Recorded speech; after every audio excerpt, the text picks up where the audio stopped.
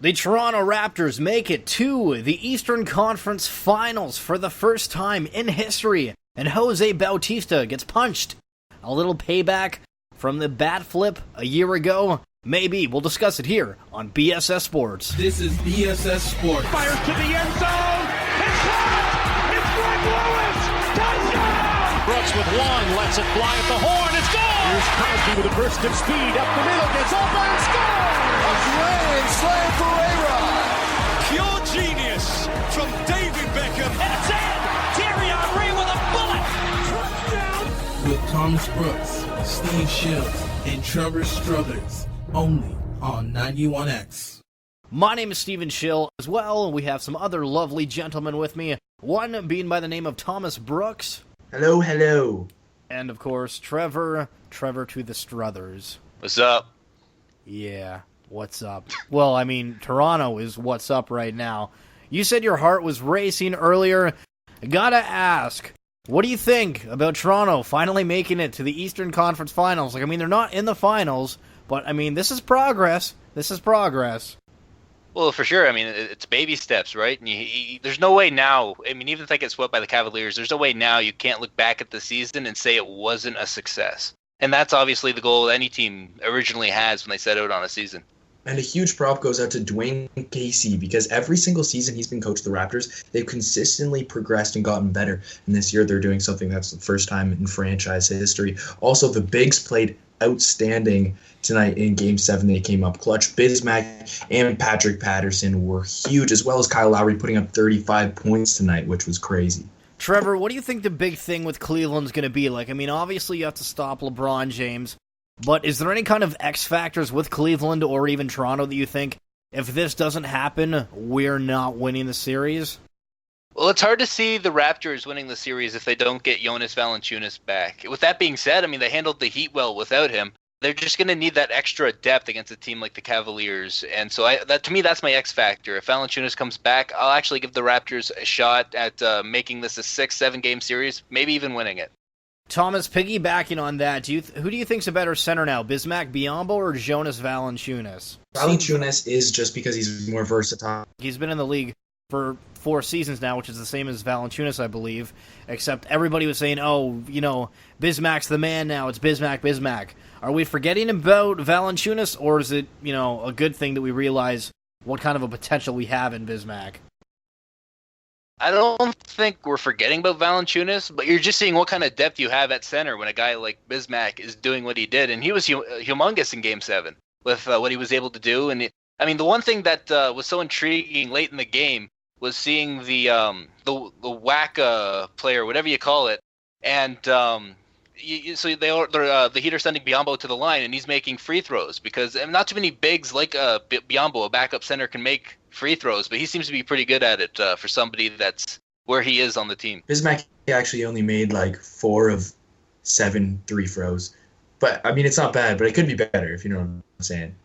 Man, it's pretty good for a backup center. Yeah, there's a fair few things that you can kind of, you know, pick and choose what you want to make of each player. But, I mean, I think Cleveland's going to be the ultimate test. I mean, obviously going into the season, you figured that it was going to be, you know, Cleveland at the top and then basically everybody else fighting to get to the king. The Cleveland Cavaliers were the king this year. Now, moving on to the other NBA kind of news that's going around, and the OKC fans are loving it. Any team wanting Kevin Durant on their team is not loving it. The Oklahoma Thunder, they take out the San Antonio Spurs, which very, very few people thought would happen. Does this have any kind of impact on Kevin Durant's decision? Does it matter if they go to the finals, if they've just gone this far, if they win the finals? What makes Kevin Durant stay, or is it just the money? Well, I always thought, to be honest, that there's no way that KD was going to leave in the first place. It's all a bidding war to try and get his contract boosted from OKC. Because who wants to leave a top-class team that's already doing good in the first place? Like, OKC is one of the best teams in the league, and I don't think there's any arguing about that. They've always been one of the top 5 teams consistently over the past 5 years. So I think it's just a bidding war between OKC and Kevin Durant on upping his contract. Well, it's also to the fact that, you know, their fans are incredible. And Trevor, I want your opinion on this. Tim and Sid talked about it the other day. game respects game, as in Jurassic Park and the Raptors fans are great, but arguably you could say OKC fans are even better. I mean, they stand half the game, and they kind of have their own really thing. Oklahoma doesn't have a whole lot of other sporting organizations, as Toronto does. Do you think OKC has the best fans in the league? They may. I mean, I'm a little biased to seeing what's going on in Toronto, and you have the Jurassic Park, which is pretty much unlike anything else in the league. But, I mean, yeah, the fans in OKC are loyal, and in a way, they, like you said, they have to be loyal because they don't have much beyond the Thunder. So, they're loyal, and I guess that has something to do with it. However, ultimately, when it comes to fan support, that's at least third on the list of things I think a player like Durant would look for behind cash and the talent of the team, or at least what the future looks like. Location as well. Yeah, I agree with that. So we're looking at the Thunder versus the Warriors and the Cleveland Cavaliers versus the Toronto Raptors. If one of you, you have one pick, who do you think's coming out on top of those four? Golden State again, I believe. I want to say Golden State, but for the sake of not saying Golden State, I'm going to say the Cleveland Cavaliers. I'm going to go off the board, and I'm going to say the Thunder are going to take it this year. They're on a roll. I think things are happening. They took down San Antonio, and nobody thought that was going to happen. So we just had three different picks, and nobody picked the Raptors. I just want to throw that out there.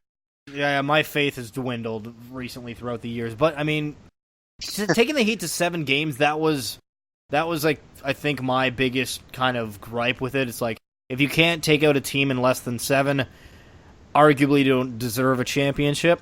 And maybe that's just me. Well, yeah, I'm not saying nobody should pick the Raptors. I'm just throwing it out there that, the Raptors, the local team, is the only one that didn't get a vote.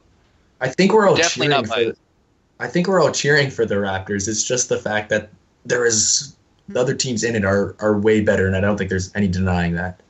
Absolutely. I kind of almost feel like, how the Atlanta Hawks, I feel like Toronto's kind of like that. There's no set superstars.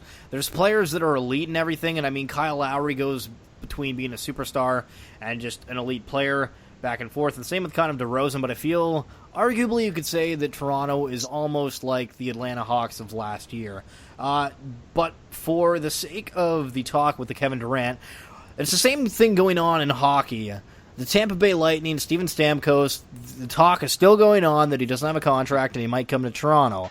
But the big point with this is if the Lightning win the Cup or go to the finals, what is it different between Durant and Stamkos? And Stamkos is just going to go where the money is?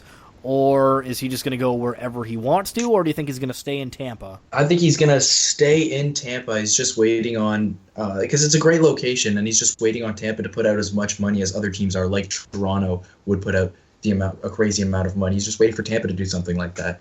Trevor, do you think that Stamkos wants to stay in Tampa? Because one, it's warm all the time, and two, there's less media, or is there something else? Well, if he's not going to go to Tampa, where's he going to go? Well, all the talk's Toronto, but I mean, it's always Toronto. Absolutely. The talk's Toronto. Toronto's a team that, if they want to win a Stanley Cup, that's at least 5 years down the line. Stamkos wants to win a Stanley Cup now, and the Lightning were in the final last year. They have a shot to go back to the final this year. He's staying in Tampa. I don't think there's any question. That's a good point about him wanting to win now. I mean, in sports in general, it seems that everything's depicting towards the funds that they're going to get, but, I mean, even so, I feel like Stamkos would take a bit of a pay cut to be on a team that doesn't lose, because losing doesn't exactly sit right in your heart. I don't think you really want to lose, if possible. Now, keeping with the hockey theme, you got 4 teams left, the Sharks and the Blues, and then, of course, the Lightning and that other team that I'm kind of blanking on right now, and I don't really know why. The Penguins. The Penguins. Yes, Penguins. Phil Kessel on the Penguins. I don't know why. I forgot about that. But who do you guys think are going to come out of there and why? I'm picking Tampa to come out on top this year, and I think that because I feel like they're the strongest team in it at this point. And that's debatable, but that's just my gut feeling is with Tampa at this point in the Stanley Cup playoffs. Tampa is definitely intriguing, and if they get Stralman back, and if maybe even Stamkos back, they're definitely going to be a force. I really want to see Phil Kessel parading around the ice with the Stanley Cup, so I'm kind of hoping for the Penguins at this point. I think it's a nice story, too, with Fleury backing up, and you have Matt Murray in goal. It almost depends. I want to say whoever comes out of the Penguins and Lightning series, because with the Blues and the Sharks, both those teams were expected to kind of, finish off their prior teams a bit earlier. And every series basically went to 7 games. So, I mean, I feel like they're more worn out. They're not, as quick at getting things. Like, I mean, obviously the other teams didn't exactly get there in a quick way, but it felt like it was really highlighted how the Sharks and the Blues were supposed to arguably steamroll certain teams or not go to 7 games at least, and that was never the case throughout the whole thing. Thomas, I don't know if you heard, but the Old Trafford Stadium was evacuated due to a suspected bomb threat. Police have said that there was a controlled blast or explosion, something to that effect, around that package, so they dealt with it, but the game between Bournemouth and Manchester United was cancelled. Is this a soccer thing? Like, are we suspecting that there was some kind of fan that was peeved off about the season, or do we think this is just some package that got miscommunicated on what it was?